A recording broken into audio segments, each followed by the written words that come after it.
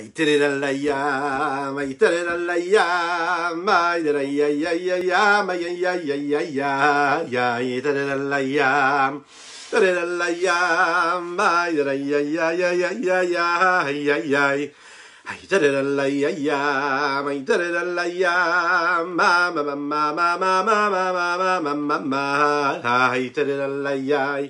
Haiterelaya, maideraya, mayayayayay. Haiterelaya, mayayderaya, maiterelaya, yayayderaya, maiterelaya, yayayayay. Haiterelaya, marayayayayay, derayayayay.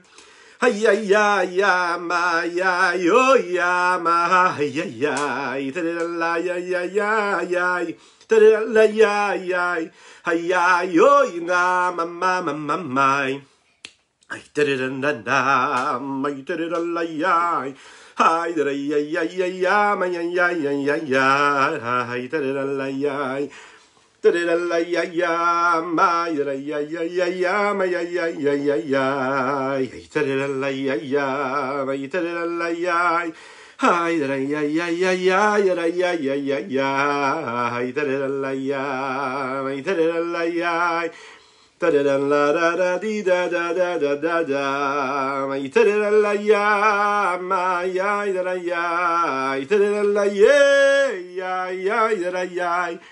Hey, did it la ya, my ya ya, ya ya, did it la ya, my ya ya, ya ya, ha ya ya ya, my did it la ya ya, my ya ya ya, yo ya, ma ya ya.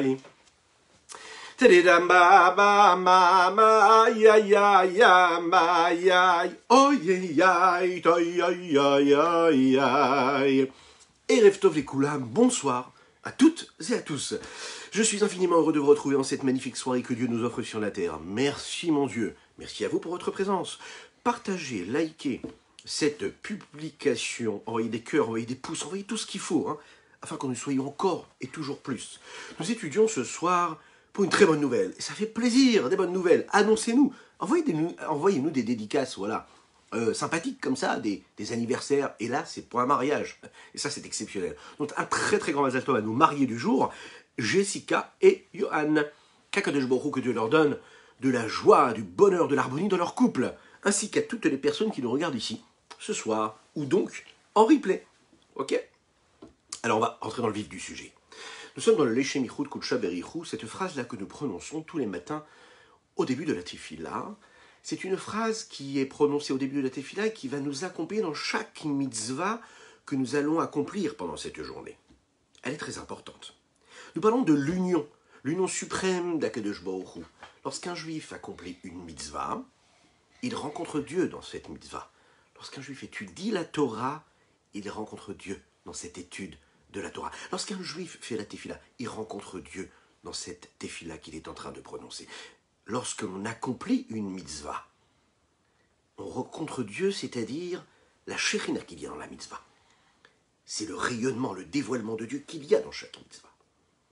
Et donc à chaque fois qu'on sanctifie notre personne, nos gestes, nos pensées, nos paroles, nos actions, chaque élément de notre vie, chaque événement de notre vie que nous vivons, eh bien nous nous unissons à Dieu. Et c'est donc ça, le Leshem Yichud. Leshem Yichud, Kudsha Berichu, Ushrinti, Kudsha Berichu, nous l'avons dit, c'est Akadosh Baruch Hu qui est au-dessus de toutes les limites. C'est la dimension de Dieu qui dépasse même celle des mondes. Et puis il y a Dieu qui se révèle dans les limites des réceptacles, dans les limites de chacun des mondes, les mondes supérieurs, les mondes inférieurs, et dans le monde même, à différents niveaux, dans les différents niveaux de la création et des créatures, à savoir le minéral, le végétal, l'animal, et bien sûr, l'homme, avec un grand H, bien sûr. Alors aujourd'hui, ce que nous allons aborder, c'est la deuxième partie de ce texte-là, de cette phrase-là, le Leshem Yichud Kudsha Berichu Hushrinte, parce que ce que nous faisons au nom de l'union, d'Akadosh Baruch Hu, de Dieu, et de sa Shrina, c'est-à-dire de son rayonnement qu'il y a et qui se trouve dans chaque mitzvah. Mais on précise en deuxième temps que cela doit être vécu comme un Ichuda Shelim. Baruch haba mon ami, Laurent, comment vas-tu? Baruch Hashem, Baruch Hashem. Ça doit être vécu Beichud Hashelim. Qu'est-ce que c'est un Beichud Hashelim? Beichud Hashelim, c'est une union parfaite, complète, totale. Qu'est-ce que c'est une union parfaite? Ben, l'union parfaite, c'est l'union des sens, l'union des harmonies. L'harmonie, vraiment, la vraie harmonie, vous savez, c'est l'harmonie des contraires. L'union des contraires. Quand on est capable de créer une symbiose, une transcendance réelle, aboutie, affirmée, sereine. Beichud Hashelim, c'est le top du niveau que l'on peut espérer dans cette union qu'on peut créer avec Dieu. On ne veut pas rester des hommes détachés de la présence divine, on veut vivre le message de Dieu, la mission que Dieu nous a donnée sur terre, à 120%. On ne veut pas juste rester des spectateurs, on veut être acteurs de cette union-là. On veut participer à ce grand projet de la création du monde, de la création de ce que Dieu a voulu à travers ses créatures. Le transformer ce monde, c'est vraiment transformer notre quotidien, notre vie, notre respiration, notre oxygène. Le Beichud Hashelim, c'est le top du top. Et on va comprendre comment on peut atteindre ce top du top. Il faut savoir que les créatures n'ont pas d'existence si ce n'est la vitalité divine qui s'y trouve à l'intérieur de toutes ces créatures. Les deux noms d'Akadosh Baruch Hu, nous l'avons dit hier, Akadosh Baruch Hu et sa Shrina, c'est-à-dire, eux, sont le reflet de deux autres noms. Akadosh Baruch Hu, c'est Havayé, Yud Ke Vav Ke. L'autre nom, c'est Adné, Aleph Dalet Nun Yud. Le nom de Havayé, Yud Ke Vav Ke, c'est le nom d'Akadosh Baruch Hu qui est l'essence même de Dieu. C'est le plus élevé. C'est le nom de Dieu qui reflète et qui révèle, pas vraiment puisqu'il reste caché, la dimension de Dieu qui précède tous les mondes. C'est ce qu'on appelle Kudsha Berichu en araméen et Akadosh Baruch Hu en hébreu. Le nom de Adné, c'est le nom de Adon, Adon al-Kol Haaretz, le maître de tout ce qu'il y a sur cette terre-là. C'est donc la Shrina, le rayonnement céleste, le rayonnement de Dieu, qui s'introduit dans chaque élément de la nature, dans les limites de chaque élément de la nature. Pour bien comprendre cela, il faut approfondir un petit peu cette idée et voir la différence qu'il y a entre ce Dieu-là, cette révélation de Dieu, cette facette de Dieu qui précède les mondes et qui est au-dessus des mondes, qui est appelé Akadosh Baruch Hu, et ce Dieu-là qui s'habille dans les codes et dans les limites du monde, qui est appelé le Adné, Aleph, Dalet, Nun. Sous le nom de Dieu, Yud Ke Vav Ke, il est dit comme ça dans la Torah, Ani Havayé Lo Shaniti. Je suis Dieu et je n'ai jamais changé. C'est-à-dire que le même Dieu qu'il y a avant, c'est le même Dieu qui se révèle ici-bas. Ah, parfois il est caché. Lui, il est le même. Il va y avoir des écrans qui vont se placer devant cette révélation de Dieu, devant cette présence. Il va y avoir des rideaux. Il va y avoir des voiles qui vont s'installer. Mais c'est le même Dieu qui est là. Il est dit, nous le disons tous les jours dans la Tefila, avant d'ailleurs la Tefila, Atahu Hachelo Nivra Haolam, Ve'atahu Mishe Nivra Haolam. Tu es celui qui était avant que le monde ait été créé, et tu es également celui qui est après que le monde ait été créé. Sans aucun changement. Pourquoi? Parce que toutes les créatures sont totalement annulées. Elles n'existent pas devant Dieu. Elles n'existent que parce que Dieu y a introduit une forme de vitalité, de lumière. C'est l'exemple que l'on pourrait prendre du rayonnement du soleil face au soleil. Après que le rayonnement du soleil sorte du soleil, alors on est capable de le voir, de le ressentir comme un élément indépendant. On voit le rayonnement du soleil. On peut même oublier le soleil. On voit le rayonnement du soleil. Lorsque le rayonnement du soleil disparaît et qu'il rejoint sa source, ok? Où est-ce qu'il va? Il va dans le soleil lui-même. Est-ce que quand on regarde le soleil, on voit un soleil dans lequel il y a différents rayonnements ou pas? Non. On voit un soleil. Lorsque le soleil revient à sa source, lorsqu'il va se reposer le soir, il n'y a pas une place pour ce rayonnement-là. Le rayonnement s'annule devant sa source. Il n'existe pas en tant que tel. Il n'existe que parce que le soleil va le laisser exister pendant la journée et rayonner. Il n'a pas d'entité, il n'a pas de force particulière, il n'a pas d'identité particulière, il n'a pas d'ADN particulier. Il n'est que l'émanation et le dévoilement à un moment de ce que des soleils. Deuxième chose à savoir, c'est que quand nous, on peut profiter du soleil, et que parfois moins, en fonction des pays dans lesquels nous habitons, le soleil reste le même. Le rayonnement du soleil reste toujours aussi intense et aussi fort, aussi puissant. Ce qui va changer, c'est le nombre de nuages qu'il y aura devant ce soleil, devant ce rayonnement de soleil. C'est donc les nuages qui vont cacher le rayonnement. Le rayonnement, lui, est toujours le même. Les nuages et tout ce qui se passe dans la nature va faire que le rayonnement sera un peu moins intense, un peu moins fort. La lumière d'Akadosh Baruch Hu, c'est pareil. C'est la même. La seule chose, c'est quand elle descend dans le monde, dans la créature et dans le monde et dans tous les éléments de la nature, alors là, c'est la révélation de Dieu qui va s'adapter à chaque créature, à chaque élément, à chaque objet, à chaque réceptacle. Et donc, les créatures n'existent pas en réalité face à Kadosh Baruch Hu, face à ce Dieu qui est la source, qui est ce Dieu-là qui précède même la création. Mais si on regarde bien cet exemple-là, n'est pas un bon exemple. Enfin, c'est un bon exemple pour nous permettre de percevoir un petit peu, de saisir un petit peu l'idée. Mais ce n'est pas vraiment la même chose qui se passe. Parce que dans l'exemple qu'on a donné, il y a deux situations. Il y a le rayonnement du soleil tel qu'il est dans le soleil et qui n'existe pas parce que quand il est dans le soleil, il n'est rien. Il est complètement annulé et inclus dans le soleil lui-même. Et la raison elle est simple. Parce qu'il n'existe pas. Il n'est juste que l'émanation du soleil. Et deuxième chose à comprendre, c'est que le rayonnement tel qu'il est à l'extérieur du soleil, qui se sent exister, et la raison pour cela elle est claire, c'est que puisque le soleil, lui, il est limité dans un espace, il y a donc un endroit dans lequel le soleil se trouve, et il y a un endroit qui est à l'extérieur du soleil, de là où il se trouve. C'est la raison pour laquelle le rayonnement qui se trouve dans le soleil est annulé au soleil. Et le rayonnement qui est à l'extérieur du soleil, lui, n'est pas, en quelque sorte, annulé au soleil. Parce qu'il a une place, quelque part, à un moment. Donc il existe autrement que dans le soleil. Puisqu'il se révèle à l'extérieur du soleil. Alors qu'Akadosh Baruch Hu, ça n'est pas le cas. Akadosh Baruch Hu, il est dit comme ça dans la Kabbalah, Leit atar panoi mine. Il n'y a pas un seul endroit qui serait libre de lui, vide de lui. Tout est une présence d'Akadosh Baruch Hu. Tout est Dieu. Donc Leit atar panoi mine, il n'y a pas un seul endroit dans lequel il n'y aurait pas Dieu. Ça veut dire qu'en chaque endroit où une créature se trouve, minéral, végétal, animal ou homme, il y a Dieu. Dieu, il est dans l'espace. Il est l'espace, il transcende le temps et l'espace d'ailleurs. Tout ce qui a été dit ici, c'est bien sûr en fonction et par rapport à la vérité ultime. Ce qui correspond à ce que l'on appelle la conscience suprême, supérieure.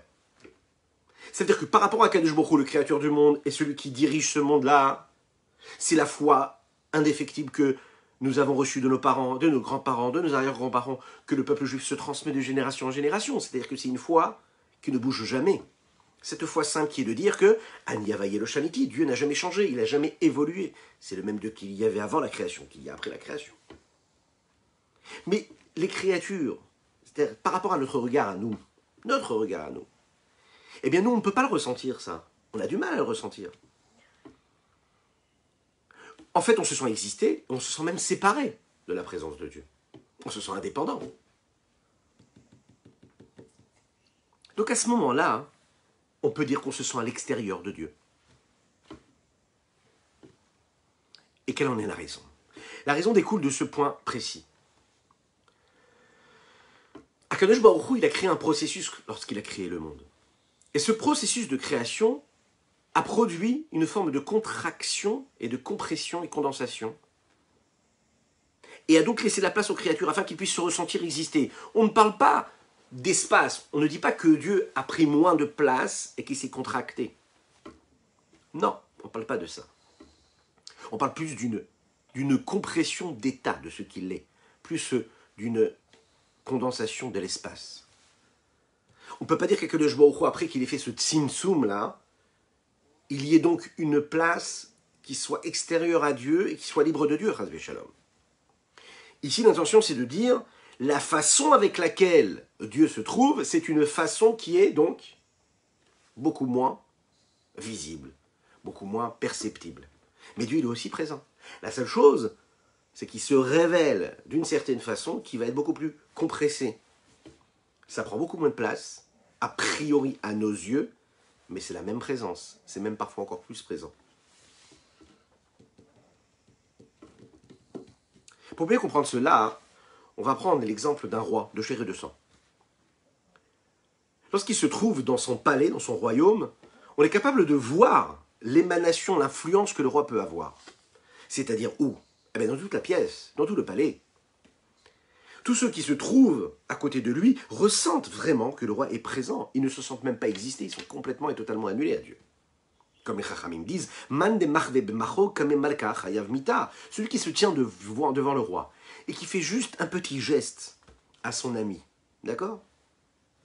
Il est considéré comme quoi? Que quelqu'un qui enfreint l'honneur du roi. C'est un blasphème. On ne bouge pas devant un roi. Tu ne peux pas faire un petit signe à ton ami devant le roi. Tu ne bouges pas.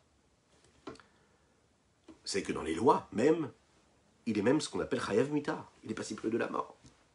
Il a manqué de respect au roi.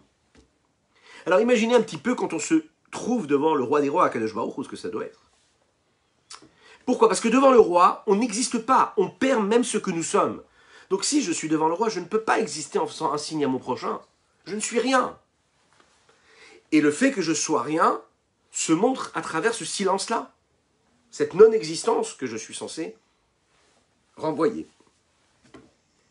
D'un autre côté, lorsque le roi sort de son palais, et donc que son influence elle est moins reconnaissable, perceptible, alors là la tension redescend, moins de pression.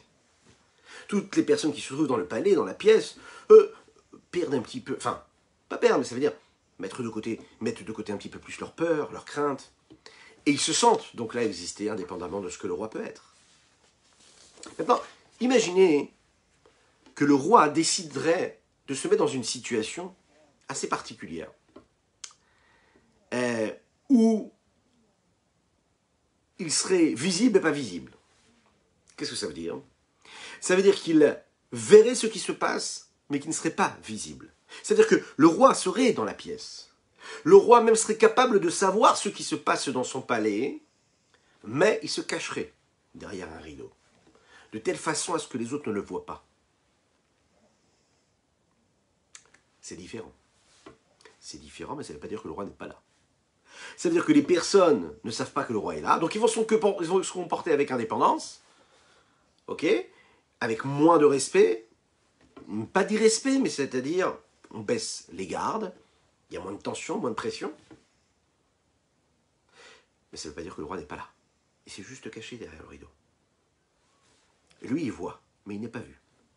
On peut comprendre donc toutes ces personnes-là maintenant, comme ils ne ressentent pas l'influence du roi, parce que pour eux, d'après leur vision à eux, le roi ne se trouve pas dans la pièce, et bien que le roi, lui, se trouve dans la pièce, eh bien, il n'influence pas et ne s'immisce pas dans leurs sensations, dans leurs émotions, dans ce qu'ils sont en train de ressentir. Donc il n'y a pas de crainte, il n'y a pas de peur, puisqu'ils ne savent pas qu'il est là. Qu'est-ce qui fait que l'homme a peur et craint le roi, et qu'il ne bouge pas devant le roi? Parce qu'il sait que le roi est là. Mais dès l'instant où il sait que le roi n'est pas là, il a moins de crainte. C'est-à-dire au niveau de l'espace, de l'endroit dans lequel il se trouve. Est-ce que le roi ne se trouve pas dans l'espace? Bien sûr qu'il se trouve dans l'espace. Mais la façon avec laquelle il apparaît à ceux qui sont dans la pièce est différente. Comme il s'est voilé, il s'est caché derrière le rideau, donc il n'est pas présent dans la conscience des personnes, bien qu'il est dans l'espace.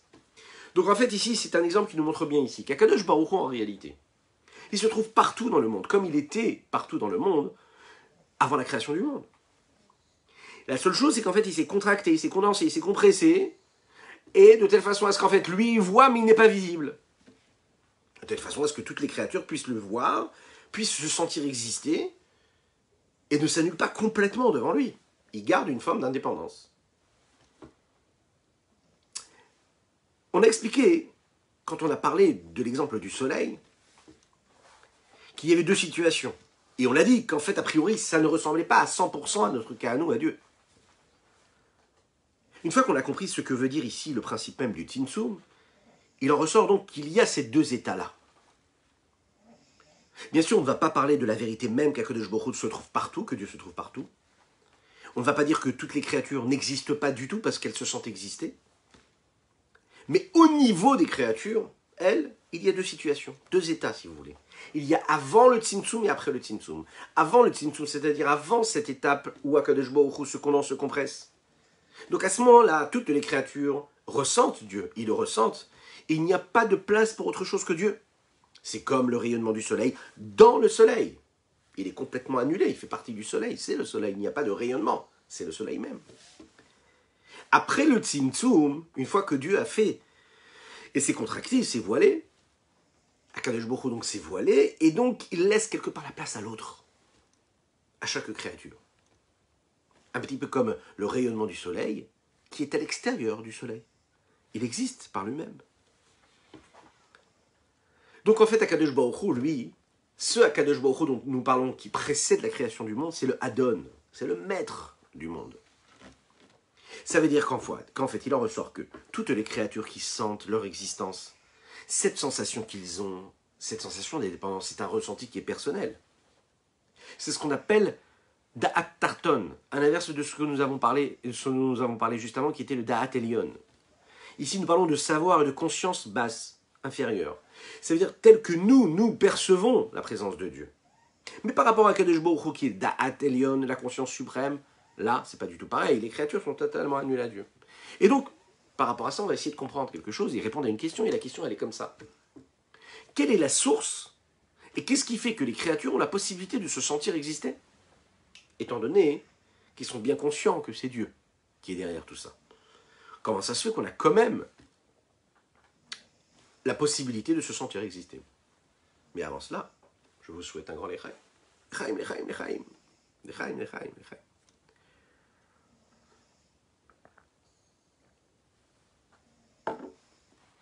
Je vous rappelle que nous étudions ce soir pour une très bonne nouvelle pour le mérite de Jessica et Johan à l'occasion de leur mariage. Qu'Akadosh Baruch Hu leur envoie une belle vie sereine, tranquille, pleine de joie, de bonheur intense. Et Bezrat Hashem qu'on puisse célébrer très rapidement une Brit Mila. Voilà. N'oubliez pas la dédicace pour la Brit Mila également, hein, c'est important. Plein de brachot. Dites-leur Mazel Tov. Amen ve Amen. Dites-leur Mazel Tov. Que vous soyez donc en live ou en replay, c'est important. Dites-leur Mazel Tov. La question, elle est comme ça. Quelle est la source à cette sensation-là d'existence et d'indépendance? Bien sûr, il faut savoir que cette sensation-là, elle existe aussi dans le divin. Elle a une source chez Akadosh Baruch Hu. Parce que s'il n'en est pas ainsi, d'où vient cette sensation chez les créatures de se sentir exister? A priori, oui, ce sont juste des créatures. Et si ce sont juste des créatures, comment est-ce qu'elles peuvent imaginer ressentir quelque chose qui serait autre que Dieu, puisqu'elles savent que c'est Dieu qui est là? Donc en fait, on est obligé de dire qu'Akadosh Baruch Hu a donné la possibilité aux créatures de savoir et de sentir que Dieu existe et qu'elles se sentent aussi indépendantes à cette présence de Dieu qui est partout. En d'autres mots, a priori, ici, ce qu'on pourrait peut-être expliquer aussi en rappelant cet exemple que nous avons donné ici, c'est l'exemple du roi. Vous savez qu'on a parlé de cette situation où le roi il décide d'être dans la pièce, de voir, mais de ne pas être visible. Il voit ce qu'il se passe, il voit toutes les personnes qui sont dans sa pièce. Eux ne le voient pas, donc ils vont se comporter avec une forme de liberté et d'indépendance. Et il y a à ce moment-là, le roi va rentrer dans la pièce, mais cette fois-ci-là, il ne va pas apparaître en tant que roi, que tous ces sujets reconnaissent, et qu'ils s'annulent en face de lui, mais imaginez qu'il apparaît comme un des ministres. Un des ministres envers lequel, bien sûr, les sujets du roi ont du respect, mais moins de respect. Et c'est logique. Moins de respect que pour le roi ou le président. Dans cette situation-là, il va donner à ceux qui sont présents, par exemple, peut-être pas des ordres, mais des recommandations. Il va leur demander de faire des choses. Il va parfois même leur donner de l'argent, ou des possibilités d'accomplir ce que lui, il aimerait que soit accompli. Dans cette situation-là, toutes ces personnes-là sont en train de recevoir du roi quelque chose d'énorme, d'intense, de grand, du pouvoir, de la possibilité.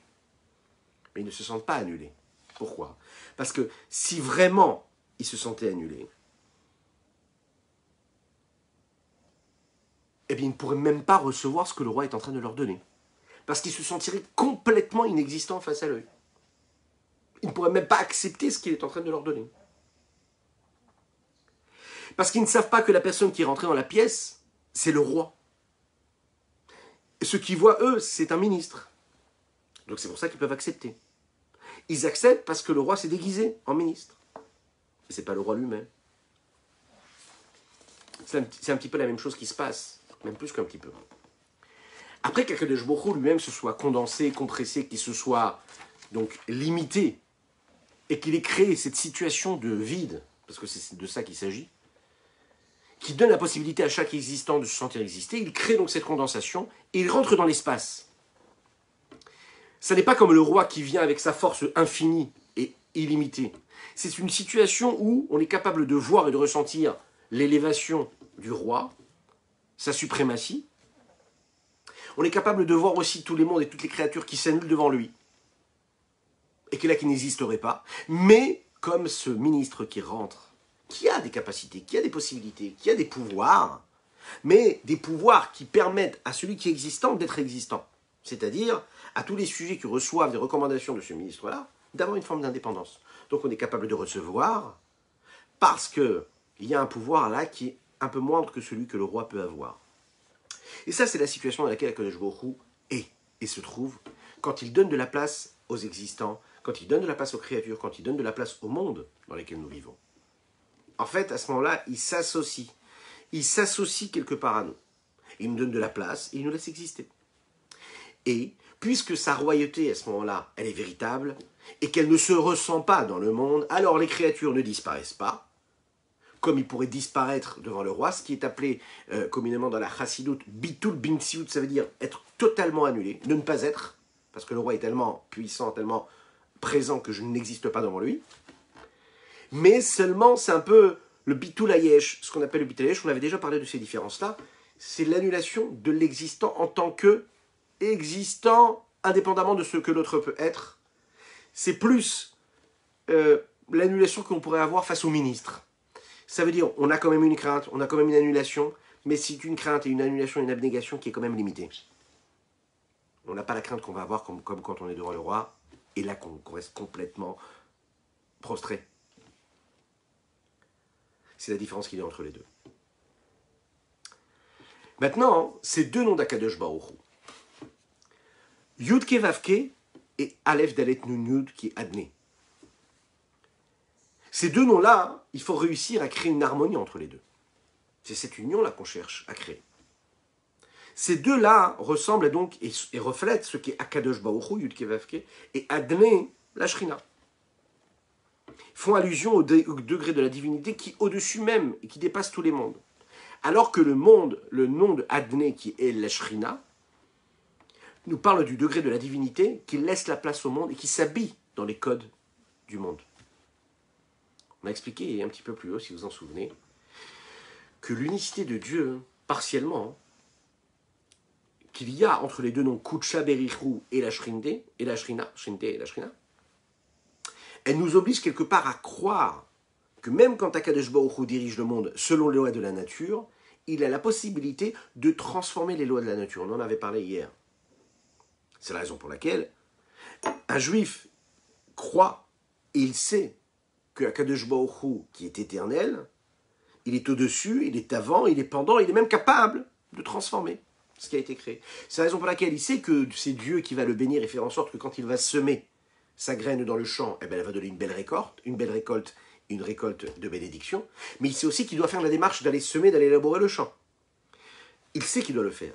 Ça veut dire qu'il y a, à ce moment-là, une symbiose, une union entre quoi? Entre l'effort de l'homme, c'est-à-dire aller travailler, créer un réceptacle pour recevoir la parnassa d'Hachem, mais en même temps, on sait, et on a la émouna à la fois véritable, que c'est Dieu qui dirige le monde, et c'est Dieu qui va faire qu'on va pouvoir recevoir notre paye en son temps. Ça veut dire que Akadosh Baruch Hu a dans sa volonté, et sa volonté elle va faire en sorte que le champ va pouvoir donner ses fruits, ou pas, Chazé Shalom, donner ses fruits. Et Dieu va te bénir dans tout ce que tu feras et tout ce que tu entreprendras. C'est la bénédiction qui va résider dans le réceptacle que nous avons nous-mêmes créé et qui vont nous permettre de recevoir la bénédiction céleste. Cette union-là, elle se trouve précisément aussi dans les deux noms, Havayé et Adné. Ces deux noms-là, en fait, ils opèrent ensemble. Ils ont la même mission. Ils ne sont pas séparés. Et dans cette union-là, il y a deux états, deux situations. Il y a la situation dans laquelle le nom de Adné, c'est lui qui va diriger la nature. C'est lui qui fixe, c'est lui qui maîtrise, c'est lui qui gouverne. Et il y a le nom de Havaïe, lui qui est élevé, qui est au-dessus de tout, qui va descendre et qui s'habille à l'intérieur. C'est-à-dire la symbiose et l'harmonie qu'il y a entre le nom de Havaïe Yud Kevavke dans le nom de Adné.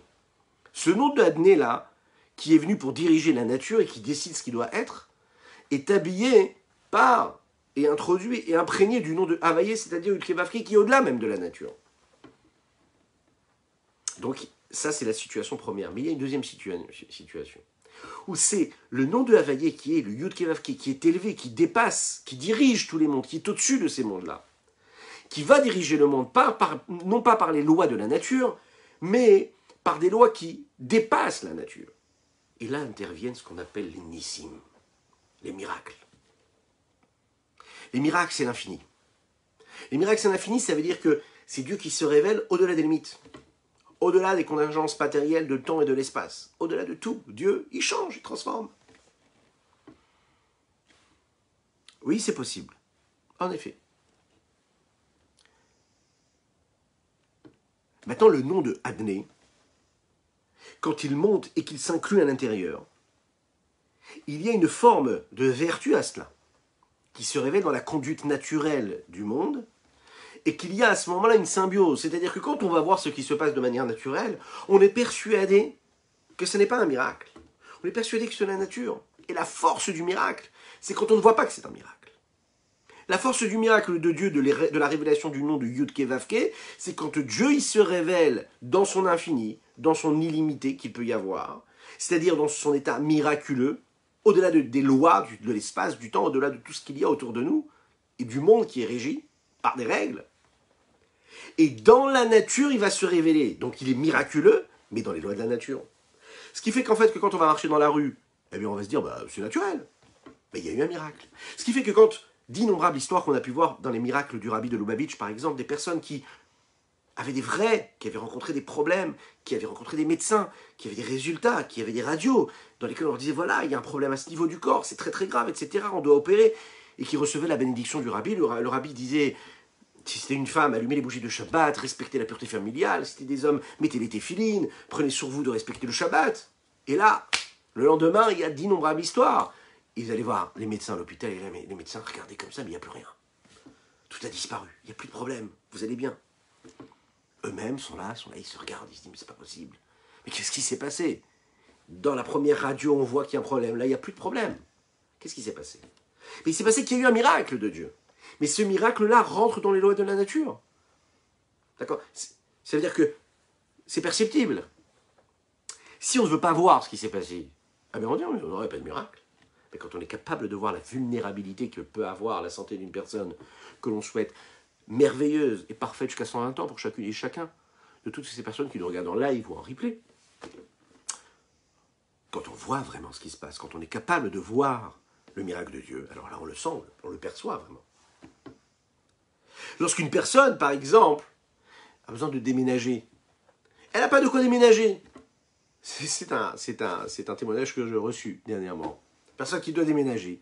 Et qu'avec les frais de tout ce qu'elle devait entreprendre, elle s'est rendue compte qu'il lui manquait mais quelques centaines d'euros pour pouvoir conclure ce déménagement-là. Et qu'elle se pose la question, qu'elle se dit, mais comment je vais faire? Il me manque cette petite somme. Et qu'au moment où elle est censée trouver l'argent, elle reçoit un coup de fil de quelqu'un qui lui dit, hey, tu sais, j'ai besoin de toi pour faire tel ou tel travail. Et que là, la parnassa, elle est arrivée à ce moment-là, au moment où il a besoin de sortir ce qu'il a besoin de sortir. Il lui dit, voilà, ça c'est j'ai vu Dieu tout de suite. C'est pas moi qui vous le dis, c'est ce témoignage. Ça veut dire, les lois de la nature, vous allez me dire, ben non, qu'est-ce qu'il y a? Il a reçu un coup de fil pour aller travailler. Mais le miracle, la main de Dieu, elle est là. C'est ça la bénédiction. C'est qu'il va recevoir tout de suite ce qu'il a besoin au moment où il a besoin. C'est Hachem qui a dirigé. C'est ça la symbiose, l'harmonie qu'il y a entre le nom de Yud Kevavke qui est au-delà même de la nature, avec les lois de la nature qu'il y a par le Shem de Adné. Aleph Dalet Nun Yud. Lechaim, lechaim.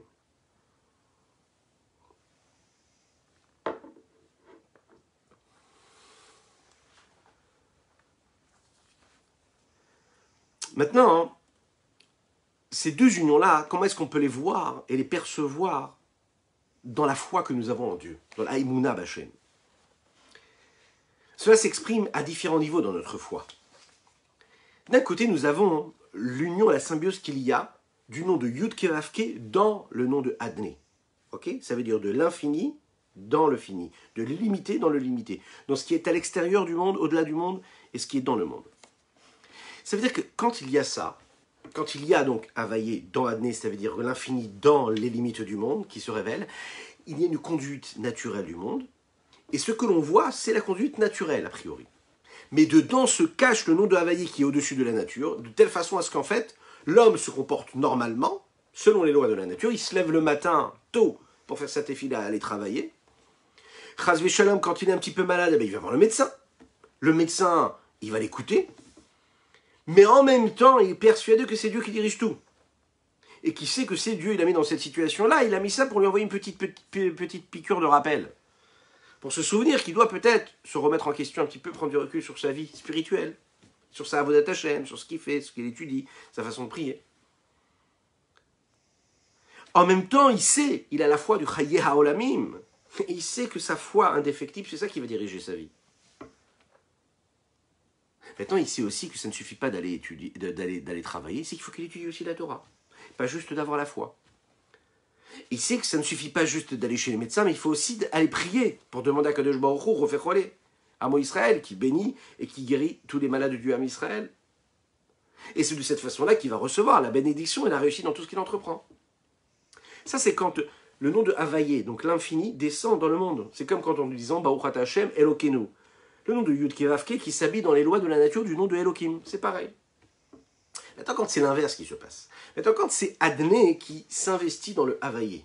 Donc, Adné dans Havaïe, ça veut dire quoi?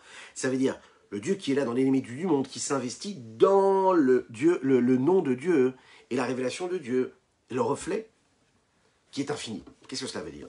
Ça veut dire que la conduite essentielle, elle est surnaturelle. Elle est miraculeuse. Mais elle a quand même besoin quelque part de se poser quelque part. Parce que, puisqu'elle est surnaturelle, oui, par définition, surnaturelle, ça veut dire qu'elle n'est pas régie en fonction des lois de la nature. D'accord? Mais elle a quand même besoin de se poser quelque part. C'est-à-dire que cette énergie qui est infinie, qui dépasse tout, elle est peut-être infinie, elle dépasse tout, elle est donc miraculeuse. D'accord? Elle va changer les codes. Mais pour changer les codes, elle a besoin d'utiliser les codes. Pour être miraculeuse, ça veut dire pour qu'il fasse beau alors qu'il devait faire moche. Il faut quand même que le temps existe. D'accord? Ça veut dire que cette personne-là, selon les lois de la nature, elle ne pouvait pas réussir à gagner sa vie. Et là, les lois de la nature, elles ont changé. La personne a besoin d'aller travailler. Et Dieu va faire qu'il va, à ce moment-là, gagner sa vie. Il va avoir le client qu'il va avoir. Maintenant, la société, elle devait couler complètement. Dieu va faire un miracle. Il va faire qu'à ce moment-là, de l'autre côté du monde, on a besoin de cette société-là. Et comme on a besoin de cette société-là, alors ça va bien marcher pour lui, il va retrouver sa parnassa. D'accord, mais ce côté surnaturel, ce côté miraculeux, oui, il a besoin de se poser, il a besoin de saisir un élément. Ça, c'est ce qu'on appelle, quand le Adné est imprégné par le Havaï. Ça veut dire que c'est la nature qui permet à l'infini de se révéler dans la nature. C'est la raison pour laquelle, quand on raconte l'histoire du Baal Shem Tov, que quand il avait par exemple besoin d'être accompagné pour aller chez lui, il est parti voir par exemple une personne qui était très très importante dans le village. Il a tapé à sa porte, d'accord? Il a tapé à sa porte, mais il est parti. Il a besoin de ramasser une belle somme d'argent. Il se dirige, il va voir cet homme qui est riche, il tape à la porte. Il attend 2-3 secondes, et puis il se lève, il repart. Les élèves du Baal Shem Tov ne comprennent pas. Ils vont voir le Baal Shem Tov et disent « Mais on ne comprend pas une chose. Vous êtes parti voir ce riche homme, vous avez tapé à la porte, vous n'avez même pas attendu qu'il ouvre la porte pour vous donner ce qu'il a à vous donner, que déjà vous êtes parti. Mais comment ça se fait? Pourquoi vous l'avez fait ?» Et regardez ce qu'il a répondu. Il a dit « Il faut savoir bien une chose. Ce qu'on a besoin maintenant, c'est de la bracha d'Akadosh Baruch Hu pour la parnassa. La bénédiction de Dieu pour recevoir la parnassa. Donc pour cela, j'ai besoin de créer un réceptacle pour recevoir la bénédiction de Dieu. Quand je tape à la porte ou tape à la fenêtre, c'est une forme, le Baal Shem Tov leur a dit, de création de réceptacle pour recevoir cette bénédiction.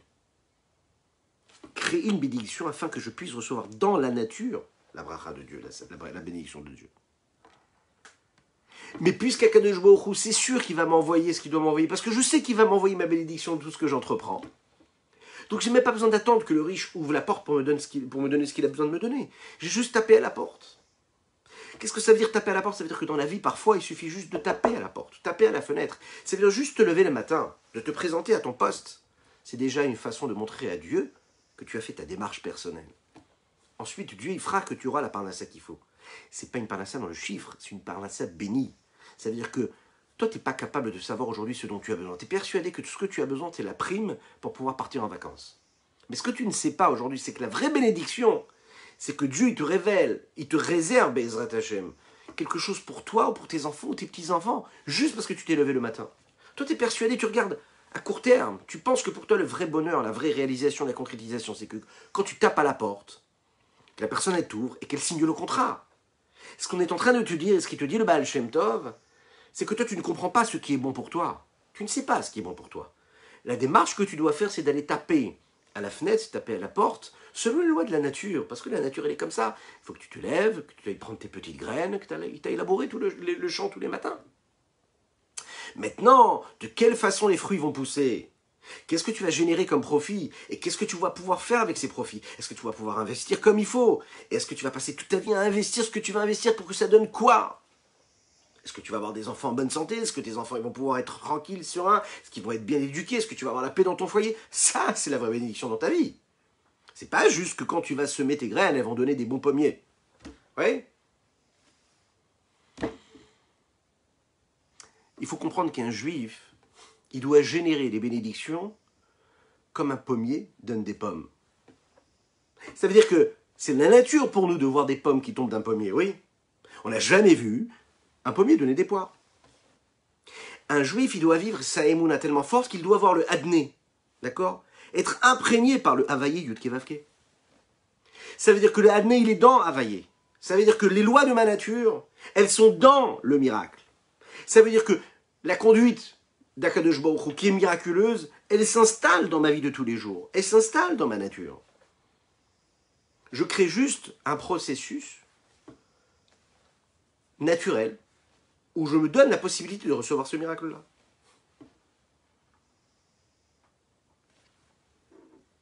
L'Echaim, l'Echaim. Un dernier exemple qui va nous permettre de visualiser et de bien intégrer cette idée, pour conclure, c'est l'exemple de Yosef Hatzadik. Vous connaissez tous Yosef Hatzadik, le fils chéri de notre chéri Yaakov Avinu. Yosef Hatzadik, la Chassidut nous explique que les Chachamim nous disent qu'il était en prison. Et vous savez qu'il a fait 2 années de prison supplémentaires qui n'étaient pas prévues de vivre. On lui a rajouté 2 années. Pourquoi? Parce qu'à un moment, il a demandé au Sarah Mashkim, vous savez, le Sarah Mashkim, d'aller voir le responsable de cette prison et de faire en sorte qu'il soit libéré. Il lui a dit, s'il te plaît, parle-lui de moi et essaye de faire en sorte qu'il me fasse sortir de cette prison-là. Yosef Hatzadik a demandé de sortir. La Chassidut nous explique qu'à ce moment-là, il a perdu quelque chose, Yosef, et il a été puni pour ça. Qu'est-ce qu'il a perdu? Il a perdu de la émouna, il a perdu de la foi. Il aurait dû compter sur un Kadosh Baruch Hu, et là, il a voulu compter sur les hommes. Il a demandé aux hommes d'aller intercéder en sa faveur. Yosef Hatzadik, à ce moment-là, on attendait de lui qu'il croit juste en la foi de Dieu. Pas qu'il aille attendre la foi des hommes. A priori, de quoi il a été puni? Qu'est-ce qu'il a fait? Il a juste demandé à ce ministre-là d'aller intercéder en sa faveur. Il n'a pas fait ce qu'il a fait avec une mauvaise volonté. Il n'a pas renié la foi en Dieu à ce moment-là. Il a juste pensé que, à ce moment-là, il fallait un intermédiaire à Dieu. Écoutez bien, il a pensé qu'il fallait un intermédiaire à Dieu. Alors il s'est dit, ok, il y a quelqu'un qui a besoin de mes services, donc moi je vais lui donner un service, et je vais lui demander en même temps, s'il te plaît, est-ce que tu peux intercéder en ma faveur? Et à ce moment-là, il perd sa bénédiction, le pauvre. Pourquoi? Parce qu'à ce moment-là, qu'est-ce qu'il a fait? Il a perdu sa foi. Et en fait, il faut savoir dans la vie dire non, en fait. On est persuadé qu'à chaque fois, il faut dire oui. Qu'à chaque fois qu'il y a un client qui rentre, il faut lui dire oui. Parfois, le fait de dire non, ça va donner la possibilité de garder une forme de liberté et d'indépendance qui va te permettre de te propulser, de grandir beaucoup plus grand. Ah, il faut du courage pour dire non, parfois. Parce qu'on a tendance à vouloir toujours dire oui. On se dit, ah, je ne peux pas refuser. Mais parfois, le fait que tu dises non, tu es en train de montrer à Kadosh Baruch Hu que là, tu es en train de t'investir dans quelque chose, que tu crois en lui, que tu sais que Dieu, il va t'envoyer la bracha, la bénédiction de ce que tu es en train d'entreprendre, et que c'est lui qui va diriger. Tu ne vas pas te limiter aux limites d'une autre personne qui vient te voir et te dire « je vais t'aider ». Yosef Hatzadik, à ce moment-là, il perd la Emouna. L'explication, elle est comme ça. Le niveau de Yosef, elle était très très élevé. C'était même un niveau qui était plus élevé que Yaakov. Yaakov, lui, il se conduisait selon les lois de la nature. Adne, Aleph Dalet Nun Yud, c'est-à-dire Dieu tel qu'il se révèle dans les limites du monde. Comme il est mis en allusion dans le nom de Yaakov, qui est Yud Akev. Yud Akev, quand on sépare le nom en deux, nous avons la lettre Yud et le Akev. Akev, ça veut dire le talon. C'est-à-dire que Yud, le Yud de quoi? Le Yud de Dieu, il est descendu jusqu'au talon. Ça veut dire Dieu qui se révèle dans la matérialité, dans les limites du monde. Donc Yaakov, lui, il avait besoin de créer un réceptacle par l'intermédiaire de ce qu'il y avait sur terre, des limites du monde, et par cet intermédiaire-là, il faisait descendre la divinité Dieu. C'est ce qu'on appelle la symbiose de Havayi Yudke Vavke dans la nature. Donc l'infini dans le fini. Yosef, lui, il correspondait à une conduite qui était surnaturelle, miraculeuse, au-delà des limites du monde, qui correspond au nom de Yudke Vavke d'Havayi. Il n'avait donc pas besoin à ce moment-là de créer un réceptacle pour recevoir la bénédiction de Dieu. Et quand lui, il a voulu faire cette démarche de créer un réceptacle pour recevoir la bénédiction de Dieu, il a été puni pour cela. C'est donc ce que nous disons tous les jours et tous les matins dans la Tefila, pour conclure. Les Shem, Ichud, Kucha, Berichu, au nom de l'union d'Akadosh Baruch Hu et de sa Shrina, c'est-à-dire d'Akadosh Baruch Hu qui est au-delà de toutes les limites.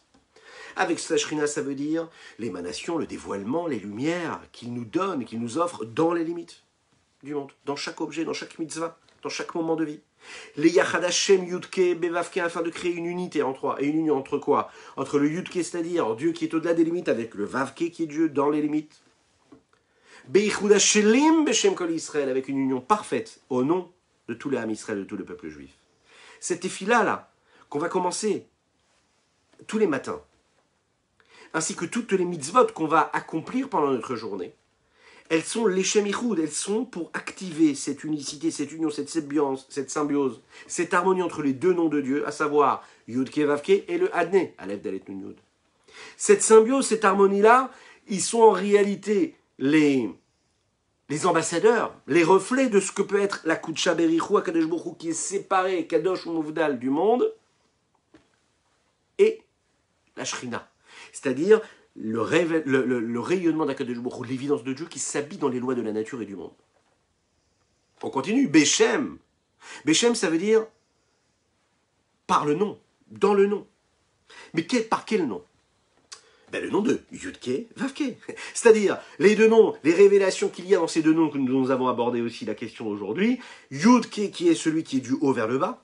Et Vavke, du bas vers le haut. Yudke, qui est quoi? C'est le Dieu qui se cache dans le monde. C'est-à-dire, qui voit mais qui n'est pas visible. Avec le Vavke, qui est quoi? Le monde, le Dieu qui se révèle dans les lois de la nature. Et ça doit se faire comment? Beichud Hashelim. Une union parfaite et totale. Et quelle est cette union parfaite et totale? C'est celle dont nous avons parlé aujourd'hui. Cette union qui ne doit pas se faire juste par une union inférieure, mais une union supérieure. L'union inférieure, c'est l'infini de Dieu qui se révèle dans les limites du monde. Et l'union supérieure, c'est la réussite, faire en sorte que Dieu puisse vivre miraculeusement dans les lois de la nature. Ça veut dire que la nature qui fait le côté inverse, qui monte elle aussi. C'est la raison pour laquelle les Chachamim nous ont dit: celui qui brille doit toujours avoir le cœur vers le haut et les yeux vers le bas. Qu'est-ce que ça veut dire le cœur vers le haut? Le cœur vers le haut, c'est la conscience suprême. C'est la conscience supérieure. Le cœur vers le haut, c'est vraiment ressentir qu'on atteint le niveau supérieur, suprême. On est dans cette pleine conscience-là d'être avec Dieu, Dieu qui est infini, qui est au-dessus même des limites du monde.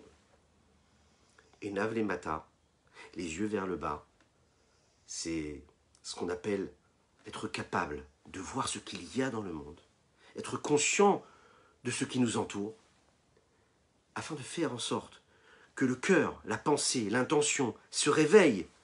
Elle nous donne envie quoi? De nous annuler, d'être dans l'abnégation totale devant l'infini, l'immensité de Dieu, mais en même temps se sentir exister pour être dans le monde ne pas se détacher de ce monde-là, être dans le monde, ressentir ce qui se passe dans le monde. Donc être et ne pas être en même temps. Ne pas être, et être dans le ne pas être. De cette façon-là, on va souhaiter à chacune et chacun de pouvoir prier et de dévoiler, de pouvoir faire chaque mitzvah, parce qu'on doit le faire aussi de la même manière, avec ce Leshem Yichud, de dévoiler l'union et la symbiose qu'il y a entre les deux noms d'Akadosh Baruch Hu, Akadosh Baruch Hu de la délimite et Akadosh Baruch Hu dans le monde, afin qu'on puisse vivre la totalité, la perfection de tout notre travail, de tous nos efforts, de tout sur ces plaques que nous préparons, et qui va nous permettre d'accueillir le Mashiach Tzidkenu, notre saint roi maître, qui va nous délivrer de cet exil. Et comme le Rabbi Shlomo Zalman nous l'explique dans sa partie Sha'ar HaYichud dans le Tanya, quand ça va s'accomplir,